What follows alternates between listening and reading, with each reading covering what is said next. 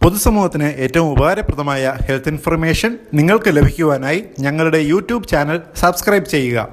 Bell icon അമർത്താൻ നിങ്ങൾ മറക്കരുത്.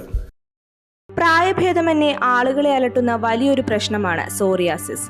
തൊലിപ്പുറത്തുണ്ടാകുന്ന ഈ രോഗം പലപ്പോഴും രോഗിയുടെ ശരീരത്തെക്കാൾ ഉപരി മനസ്സിനെയാണ് ബാധിക്കുന്നത്. ഇവ മൂലം അപകർഷതാബോധം, നിരാശ, വിഷാദരോഗം തുടങ്ങി നിരവധി പ്രശ്നങ്ങൾ മനുഷ്യരിൽ ജനിക്കുന്നു. ഈ രോഗത്തിന് അടിമപ്പെട്ടവർ മറ്റുള്ളവരിൽ നിന്ന് മാറി നിൽക്കുകയാണ് പലപ്പോഴും ചെയ്യാറുള്ളത്. എന്നാൽ സോറിയാസിസിനെ കുറിച്ച് നിരവധി മിഥ്യാധാരണകൾ നിലനിൽക്കുന്നു. ഇതാണ് ആദ്യം മാറേണ്ടത്. വളരെ അത്യാവശ്യമായി മനസ്സിലാക്കുക, സോറിയാസിസ് ഒരു പകർച്ചവ്യാധിയല്ല എന്ന്. എന്താണ് സോറിയാസിസ്? എങ്ങനെയാണ് ഈ രോഗം വരുന്നത്? തൊലിപ്പുറത്ത് ചുവന്ന നിറത്തിൽ പൊങ്ങി വന്ന് അവയിൽ നിന്ന് വെള്ള നിറത്തിൽ ശൽക്കങ്ങൾ പോലെ ഇളകി വരുന്നതാണ് സോറിയാസിസ്. തൊലിയിൽ അതിവേഗത്തിൽ കോശവിഭജനം നടക്കുകയും അവ അല്പായുസാവുകയും ചെയ്യുന്നതാണ് രോഗം. ഏതു പ്രായത്തിലും ആരംഭിക്കാവുന്ന ഈ രോഗം 15നും 40നും ഇടയ്ക്ക് പ്രായമുള്ളവരിലാണ് സാധാരണ കാണുന്നത്.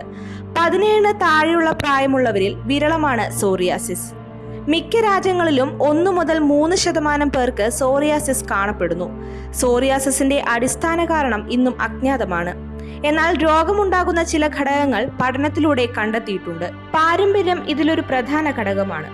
മാതാപിതാക്കളിൽ ഒരാൾക്ക് ഈ രോഗമുണ്ടെങ്കിൽ കുട്ടിക്കും ഉണ്ടാകാനുള്ള സാധ്യത 15%. 2 പേർക്കും ഉണ്ടെങ്കിൽ 50%.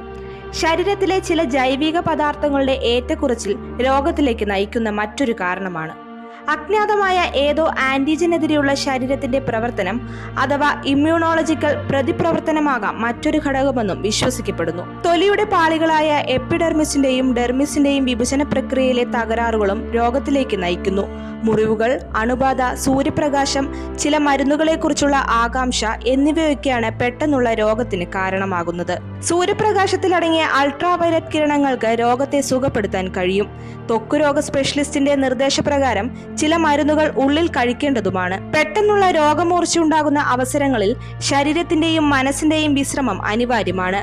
ആകാംക്ഷയോ വിഷാദമോ കലരുകയാണെങ്കിൽ അവയ്ക്കും ചികിത്സ നേടേണ്ടി വരും. ഈ ഇൻഫോർമേഷൻ ഏവരിലേക്കും ഷെയർ ചെയ്യുക. പൊതുസമൂഹത്തിന് ഏറെ ഉപകാരപ്രദമായ ഈ ഇൻഫോർമേഷൻ നിങ്ങൾക്കായി അവതരിപ്പിച്ചത് ethnichealthcode.com.